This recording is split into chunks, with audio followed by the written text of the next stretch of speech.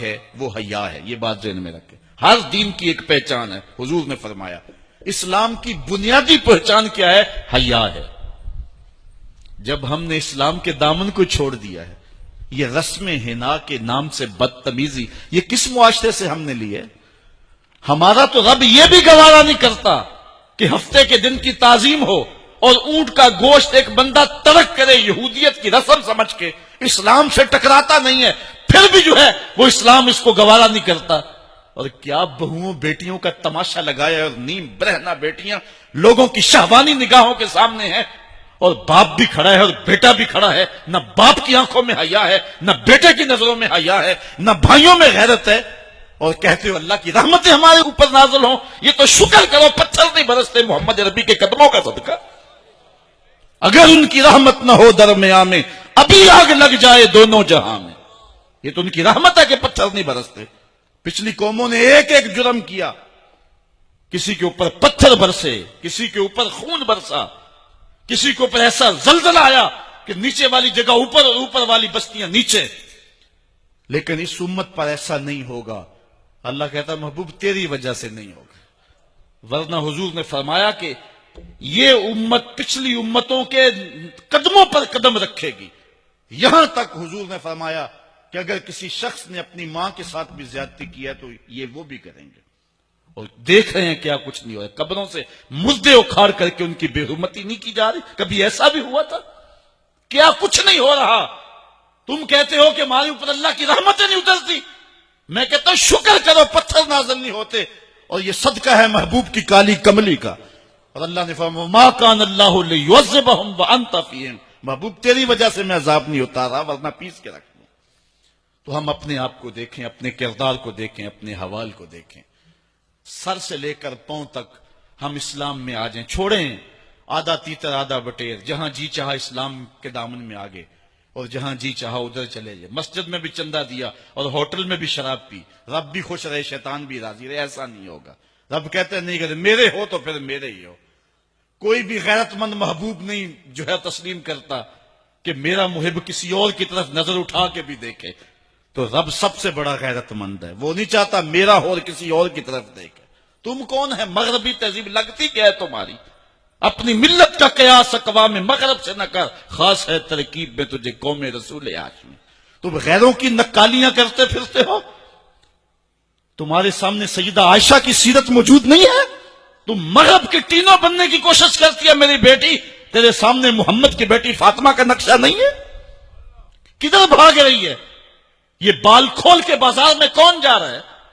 یہ نیم برہنہ کون جا رہا ہے؟ دیکھ محمد عربی تجھے کیا آواز دے رہے ہیں. ان کا لہجہ کیا، اس کو سن اور زندگی کو اس کی مطابقت میں گزار. اصل ہمارے دل زنگ آلود ہو گئے. اس دنیا کے اس ماحول نے ہمیں اس طرح کر دیا ہے کہ آج ہمیں سمجھ نہیں آ رہی کہ ہم کدھر جائیں. علماء فرماتے ہیں جب دل زنگ آلود ہو جائیں تو پاک لوگوں کی صحبت اختیار کرو. اور کثرت ذکر، حضور نے ارشاد فرمایا لکل شین سقالہ وسقالۃ القلوب ذکر اللہ. ہر شے کا زنگ اتارنے والی کوئی چیز ہے. دلوں کا زنگ لگ جائے تو اللہ کا ذکر کیا کرو، دلوں کا زنگ اتر جاتا ہے.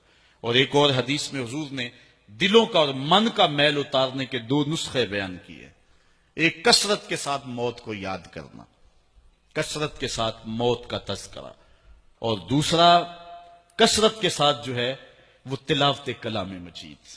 اصل 10-15 سالوں سے ہمارے ساتھ جو کچھ ہوا ہے، آج اگر کوئی تذکرہ موت کرے، کوئی آخرت کی یاد دلائے، کوئی عمل کی بات کرے، وہ کہتے ہیں یہ تو ویسے خوش کیسے، کیا پتہ. قبر کا مذاق اڑا رہا ہے. اللہ اکبر. قبر دا خوف دے دے کے لوکی مینوں ڈرا دے. میں کہتا ہوں لوگ ہیں کون ڈرانے والے؟ منکر نکیر کا پتہ آمنہ کے لال نے دیا ہے. قوم کو بے عمل بنایا جا رہا ہے اور ان کے سینے سے خوف خدا اور خشیت الہی جو ہے وہ کھدتی جا رہی ہے. اور یہ سب کچھ دین کے نام پہ کیا جا رہا ہے. اور چند مفاد پرست لوگوں نے ترہیب اور ترغیب جو کہ اسلام کا مزاج ہے، تبشیر اور تنذیر نبی کا منصب ہے، اس کا مذاق اڑا کے رکھ دیا اور انہوں نے ایک متوازی دین دے دیا ہے، جس کے نتیجے کے اندر قوم کی بے عملی جو ہے وہ پختہ تر ہو گئی اور اس کو وہ دین کا رنگ دے رہے ہیں. اللہ کے محبوب علیہ الصلوۃ والسلام نے فرمایا کہ دلوں کو زنگ لگ جائے تو ذکر سے اترتا ہے، دلوں کو زنگ لگ جائے تو قرآن سے اترتا ہے. دلوں کو زنگ لگ جائے تو موت کی کثرت کے ساتھ یاد کرنے سے اترتا ہے۔ قرآن مجید کی تلاوت معمول زندگی بنا لو۔ ہر سال میلاد النبی کے موسم میں درس قرآن کی تقریب میلاد النبی کے جلسے کی صورت میں تبدیل ہو جاتی ہے، اور ہم حضور کا ذکر کر کے اپنے قلب و نظر کی تسکین کا ساماں کرتے ہیں، اور یقیناً حضور کا ذکر اہل ایمان کے لیے تسکین کا سبب ہے۔ میں سینکڑوں بار یہ جملہ آپ تک پہنچا چکا ہوں۔ حضرت شیخ مہدی الفاسی مطالع المسرات شرح دلائل الخیرات میں لکھتے ہیں، حضور کا ذکر سن کر جس شخص کے کلیجے ٹھنڈ نہیں پڑتی، اس کے سینے میں دھڑکنے والا دل کسی مومن کا دل ہی نہیں ہے۔ یہ ہو ہی نہیں سکتا کہ حضور کا ذکر ہو اور تسکین نہ پہنچے۔ اہل ایمان حضور کے ذکر سے تسکین پاتے ہیں، اور جو حضور کا ذکر کرے انہیں وہ شخص بھی اچھا لگتا ہے۔ اور مجھے آپ پر رشک آ رہا ہے کہ آپ سارا دن کام کاج میں مصروف رہتے ہیں اور ساری رات حضور کے نام کی مجالس میں شریک رہتے ہیں۔ ربیع الاول کا چاند کیا طلوع ہوتا ہے، ذکر رسول کی بہار آ جاتی ہے۔ کوئی گھر، کوئی گلی، کوئی مسجد، کوئی محلہ ایسا نہیں ہوتا جہاں نام محمد کا جھنڈا نہیں لہرا رہا ہوتا۔ فرش پہ تازہ چھیڑ چھاڑ، عرش پہ طرفہ دھوم دھام، کان جدھر لگائیے تیری ہی داستان۔ ہر شے فنا پذیر ہے، اقدار عالیہ برباد ہو رہے، اخلاق حسنہ تباہ ہو رہے، بھائی بھائی کا گلا کاٹ رہا ہے، خون سفید ہو رہے، ہر شے نیچے جا رہی ہے، لیکن ذکر رسول اوپر جا رہا ہے۔ یہ میرے رب کا وعدہ ہے جس کی تکمیل ہو رہی ہے۔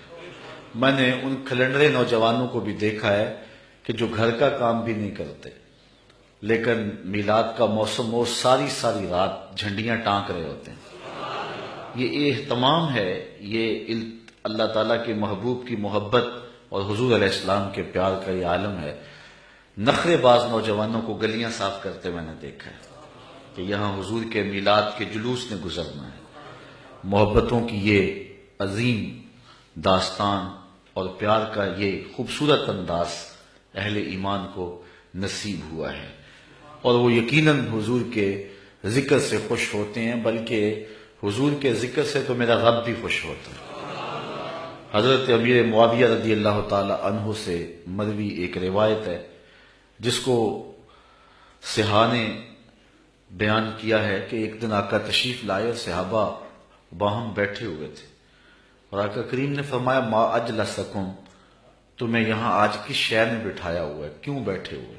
آپ سے بھی تو کوئی پوچھ سکتا ہے نا کہ موسم میں آج تغیر بھی ہے اور بوندا باندی کے امکان بھی ہیں، سردی کی ایک تازہ لہر بھی آئی، لیکن آپ سب کو چھوڑ چھاڑ کے یہاں کیوں آئے؟